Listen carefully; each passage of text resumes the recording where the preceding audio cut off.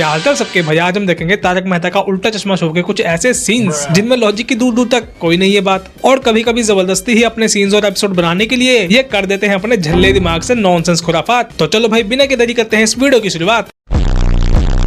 Tarak Mehta show के एक episode में न्यू ईयर सेलिब्रेशन के दौरान सोसाइटी के कुछ लोग एक बड़े से गुब्बारे के गुच्छे को बांध देते हैं सोडी की कार के ऊपर, और 12 बजते ही उस रस्सी को खोलने को कहते हैं सोसाइटी के सबसे शक्तिशाली पुरुष बापूजी को। पर बापूजी तो रस्सी खोलने की बजाय गुब्बारों के धागे को कस के पकड़ लेते हैं और हवा में ऊपर की तरफ उड़ने लग जाते हैं।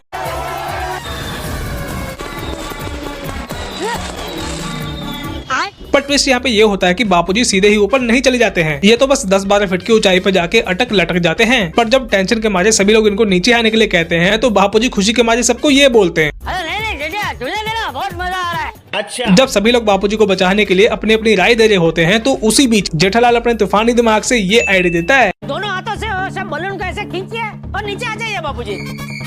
अच्छा। भाई हवा में लटके लटके कुछ भी कर लो, कोई भी एक्शन मार लो, गुब्बारे को कोई फर्क नहीं पड़ने वाला। सभी लोग टेंशन में होते हैं पर अपने बापूजी ये तो खतरों के खिलाड़ी बने हुए होते हैं, नहीं तो इतनी ऊंचाई पे एक हाथ से लटक के खुशी खुशी बात करना कोई मामूली बात थोड़ी ना है। सही बात है। जब इतनी ताकतवर फौलादी बॉडी इनकी है ही तो ये चाहते तो बड़े आराम से रस्सी छोड़ के नीचे कूद जाते, पर नहीं ये काम भी नहीं कर पाते।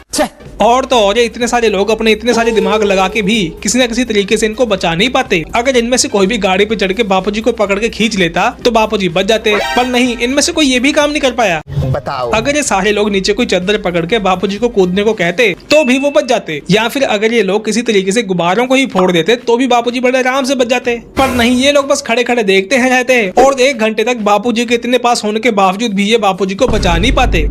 पर इनकी ये नौटंकी कब तक चलती, थोड़ी सी हवा चलते ही बापूजी और हवा में ऊपर जाने लग जाते हैं और इतने ऊपर इतनी तेज स्पीड में उड़ते हैं कि कुछ ही घंटों में अगली ही सुबह बॉर्डर पार करके पाकिस्तान पहुंच जाते हैं। ऐसा कैसे हो सकता है? लेकिन सोचने वाली बात यह है कि इतनी लंबी गुब्बारों की फ्लाइट में सफर करने के बाद भी बापूजी की बाजुओं की ताकत खत्म नहीं हुई क्या? अगर यहाँ पे सच में कोई आम इंसान होता ना तो वो कब का टपक के निपट गया होता, पर बापूजी तो सुपरमैन है।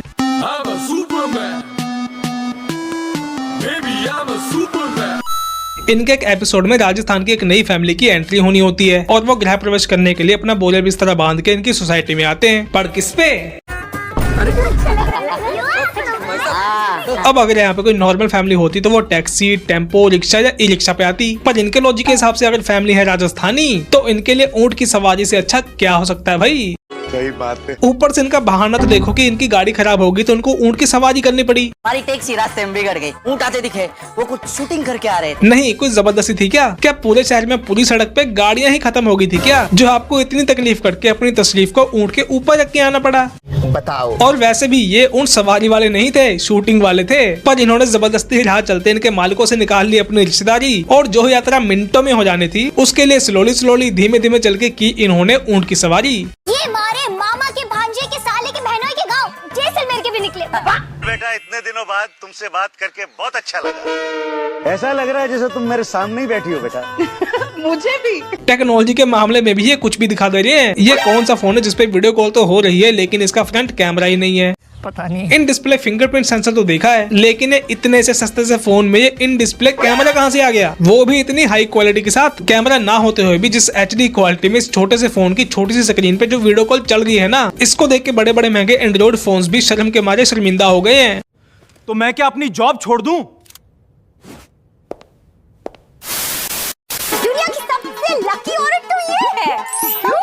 देख, क्योंकि इनको रोज रोज नई नई लक्ष्मीपति ब्रांड की साड़ियाँ पहनने को मिलती है, वो भी बिल्कुल फ्री। इस महानुभाव महिला मंडल का लॉजिक तो देखो। ये कौन सा लॉजिक है बे? इनके हिसाब से क्योंकि इस बेजान मैनिक्यून को अक्सर ही बदल बदल के नई नई साड़ियाँ पहनने को मिलती हैं, तो ये बहुत ही खुशकिस्मत है। मतलब साड़ियों के लिए ये इतनी ज्यादा लालची हैं कि ये नई नई साड़ियों के लिए पुतला तक बनने को तैयार हैं। और ऊपर से स्नो लॉजिक वाली बात पे देखो कैसे ये सभी मिलके हाँ में हाँ मिला रही हैं। इतना ही नहीं, एक एपिसोड में तो इसी महिला मंडल के अंदर 10 करोड़ की साड़ी पहनने की चुल उठ गई थी। जब से वो हीरो से चमचमाती साड़ी देखी है ना, तब से बस मेरे दिमाग में वो साड़ी ही साड़ी घूम रही है। एग्जैक्टली कुछ नहीं सूझ रहा हूँ। मतलब इतने महंगे शौक तो नीता अंबानी के नहीं होंगे जितने इनके हैं। अब जाहिर सी बात है कि जेठा भाई हैं, जेठा अंबानी नहीं। तो जेठा भाई को इनकी नॉनसेंस विश को पूरा करना पड़ता है सेम टू सेम दिखने वाली एक डुप्लीकेट साड़ी से, जिस साड़ी का सब कुछ पता नहीं कैसे इन सभी महिलाओं के ऊपर एकदम फिट आ जाता है और इनमें से किसी भी तेज दिमाग वाली महिला को नकली असली महंगी सस्ती साड़ी के बीच का अंतर पता नहीं चल पाता। भाई एक बार ये सभी लोग सिंगापुर जा रहे होते हैं एक ट्रिप पे। वैसे तो इस एपिसोड की शूटिंग सच में सिंगापुर जाके ही की गई थी, पर जिस एरोप्लेन में बैठ के आए थे उस चटक नीले एरोप्लेन को बनाया गया था सस्ते VFX से।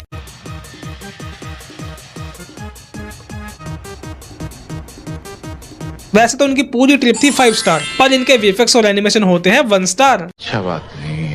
सोचने वाली बात यह भी थी कि इन सभी को विंडो सीट कैसे मिल गई। और दूसरी बात, जब इनका कोई बंदा नीचे खड़ा ही नहीं था तो ये हाथ किसको देख के हिला रहे थे। देख लो, इतने बड़े हो कि भी इनकी बच्चों वाली हरकतें नहीं जा रही हैं। तौबा तौबा तौबा। इनके शो के भी लेटेस्ट एपिसोड में ये होता है कि रोशनी भाभी ने एक ठेले वाले को, जिसका नाम बिरजू होता है, को 1 लाख रुपए उधार दिए होते हैं और वो पैसे वापस देने की बात को हर बार टालता रहता है। लेकिन कोई ऐसे ही किसी ठेले वाले को 1 लाख रुपए उधार कैसे दे सकता है, पता नहीं। खैर, जब सोडी को ये बात पता चलती है तो उसको बहुत गुस्सा आता है और वो बिरजू के घर जाके उसको डरा धमका के आता है। पर क्योंकि बिरजू के पास पैसे नहीं होते हैं तो वो अगले ही दिन बिना किसी को बताए गोकुलधाम सोसाइटी की एंट्री वाले पैसेज में पूरे 1 लाख रुपए के बाहर से हरे भरे और अंदर से लाल कलिंगड़ यानी कि तरबूजों का पूरा ढेर गिरा जाता है। मतलब इस बंदे के इस कारनामे का क्या लॉजिक हुआ भाई? इसको पैसों के बदले में पैसे देने चाहिए थे ना। ये 1 लाख के कलिंगड़ कौन देता है? फोन पे जीपे तो सुना था, पर तरबूज पे पहली बार देखने को मिल रहा है। क्या? अगर इतनी ही इसको टेंशन थी तो ये 1 लाख के कलिंगड़ बेच के उधार चुका देता, पर नहीं, इसने तो पूरे 1 लाख के कलिंगड़ बिना बताए रोशन भाभी को गिफ्ट कर दिए। लेकिन लॉजिक और सोचने वाली बात ये भी है कि ये बंदा एक छोटा मोटा ठेले वाला है, लेकिन वो कौन सा ठेले वाला है जो इतनी बड़ी क्वांटिटी में तरबूज खरीदता है, वो भी 1 लाख रुपए के। इतने तरबूज तो मंडी के होलसेलर के पास नहीं होते जितने इसने खरीदे थे। यही तो सोचने वाली बात है। पर सोसाइटी वालों को प्रॉब्लम इस बात से नहीं बल्कि इस बात से थी कि अपनी सोसाइटी में एंट्री एग्जिट कैसे करेंगे। माना कि ये कलिंगड़ सस्ते VFX से बने हुए थे, पर ये सब लोग फिर भी इनके ऊपर से चलने से घबरा रहे थे। पर अगर ये चाहते ना तो इनके ऊपर से चल के भी बड़े आराम से जा सकते थे। तरबूज इतने भी कांच से कोमल नहीं होते कि पैर रखते ही पिचक के कैचअप बन जाएं। पर नहीं, ये लोग तो ऐसे डर रहे थे कि जैसे ये इसके ऊपर पैर रखेंगे ये फूट जाएंगे या फिर ये कलिंगड़ों का दरिया इनको अपने अंदर डुबा लेगा। तो नहीं होता है। कलिंगड़ों की वजह से अब्दुल इनकी सोसाइटी में दूध को डिलीवर नहीं कर पा रहा था, इस्त्री वाला कपड़े नहीं दे पा रहा था, जेठालाल अपनी दुकान पे और बाकी के सारे लोग अपने अपने काम पे नहीं जा पा रहे थे। मतलब इन कलिंगड़ों की वजह से इनकी पूरी की पूरी इकोनॉमी ही कोलैप्स कर गई थी। बताओ। ये चाहते तो और भी रास्तों से अपनी सोसाइटी से सकते थे निकल, जैसे कि जहाँ पे कलिंगड़ों का ढेर खत्म हो रहा है उसके बगल में ही 2 फीट की फेंसिंग लगी हुई है, उसको लांग के फिर एक और फेंसिंग को लांग के ये बड़े आराम से सोसाइटी में एंटर हो सकते थे, या फिर दूसरी तरफ की फेंसिंग को लांग के ये इस जगह से बड़े आराम से एंट्री एग्जिट कर सकते थे। अच्छा। पर नहीं, ना तो इनको ऐसा कुछ दिखता है और ना ही ऐसा कुछ करने का इनको आइडिया आता है। इनको आइडिया आता है एक साइड की फेंसिंग से दूसरी साइड की फेंसिंग के ऊपर सीढ़ी लगाने का।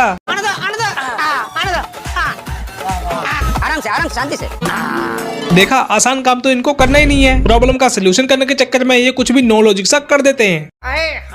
इसके बाद इन लोगों को इन कलिंगड़ों को बेच के पैसे रिकवर करने का आइडिया आता है और ये सभी लोग लाइन से खड़े होके एक एक कलिंगड़ उठा के एक दूसरे को पास करते हुए घंटों की मेहनत करके सारे कलिंगड़ों को सोसाइटी के कंपाउंड में इकट्ठा कर देते हैं। इसके बाद इनका आइडिया होता है कोई अपनी दुकान के बाहर कलिंगड़ बेचेगा, कोई अपनी गाड़ी को मालगाड़ी बना के उसमें लोड करके बेचेगा और कोई ठेला लगा के बेचेगा, जिसमें भी लप्पू सेना के 4 लोग एक ही ठेले पे खड़े हो जाते हैं बेचने के लिए।